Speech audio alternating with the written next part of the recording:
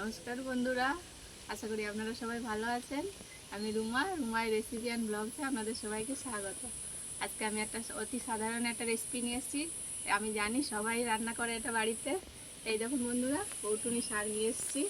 আমি এটা ভালো করে বেছে নিয়েছি, ধুয়ে কেটে নেবো। এবার কী কী লাগছে: পেঁয়াজ কুচি নিয়েছি, বড়ি নিয়েছি, পাঁচফোড়ন নিয়েছি ফোড়নের জন্য, আর শুকনো লঙ্কা, আর একটা ডিম নিয়েছি।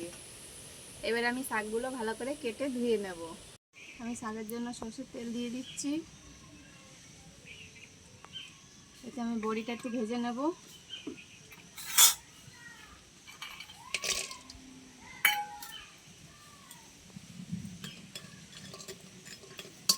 বড়িটা একটু লাল লাল করে ভেজে তুলে নেব।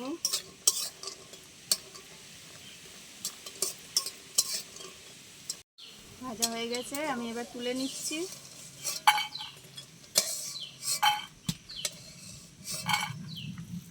এবার আমি শাকের জন্য দিয়ে দেবো পাঁচফোড়ন,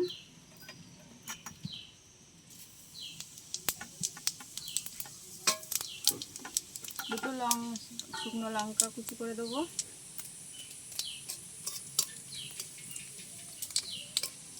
দিয়ে দিচ্ছি পেঁয়াজ কুচি। আমি একটু পেঁয়াজটা লাল লাল করে ভেজে নেব।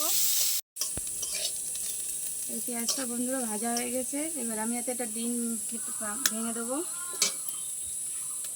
আমি এরকম করে করলাম বলে আপনাদের সাথে শেয়ার করলাম বন্ধুরা। আপনারা কে কীভাবে করেন আমাকে অবশ্যই কমেন্টে জানাবেন।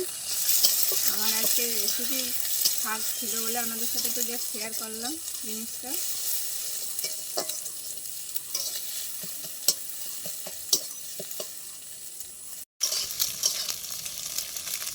দেখুন বন্ধুরা, আমার ডিম দিয়ে ভাজা হয়ে গেছে। এবার আমি এতে শাকটা দিয়ে দেবো।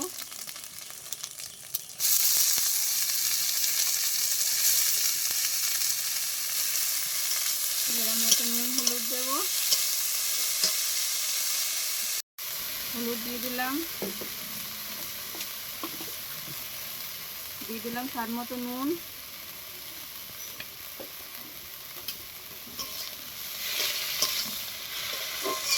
নেড়ে নেব। দিয়ে দিচ্ছি আমি স্বাদ মতো অল্প একটু চিনি দিয়ে দিচ্ছি টেস্টটা ব্যালেন্স হওয়ার জন্য। আমি একটু নেড়ে দেবো, এবার ঢেকে দেবো। এটা জল বেরোনো পর্যন্ত, যা জল বেরোবো ওতেই আমার শাক রান্না হয়ে যাবে। আমি ঢেকে দিচ্ছি। এবার দেখে নেবো বন্ধুরা। এই দেখুন বন্ধুরা, জল শুকিয়ে গেছে, আমার শাক ভাজা ভাজা হয়ে গেছে। এবার আমি অল্প একটু বড়ি দিয়ে দেবো এর উপরে, বাকিটা আমি রেখে দেবো উপরে দেওয়ার জন্য। হয়ে গেছে আমার শাক। আপনারা কে কীভাবে রান্না করেন আমাকেও কমেন্টে জানাবেন প্লিজ। এবার আমি নামিয়ে নেব।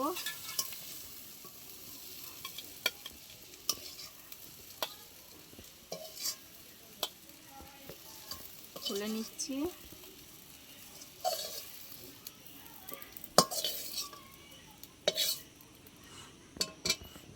এবার আমি বাকি বড়িটা এর উপরে ছড়িয়ে দেব।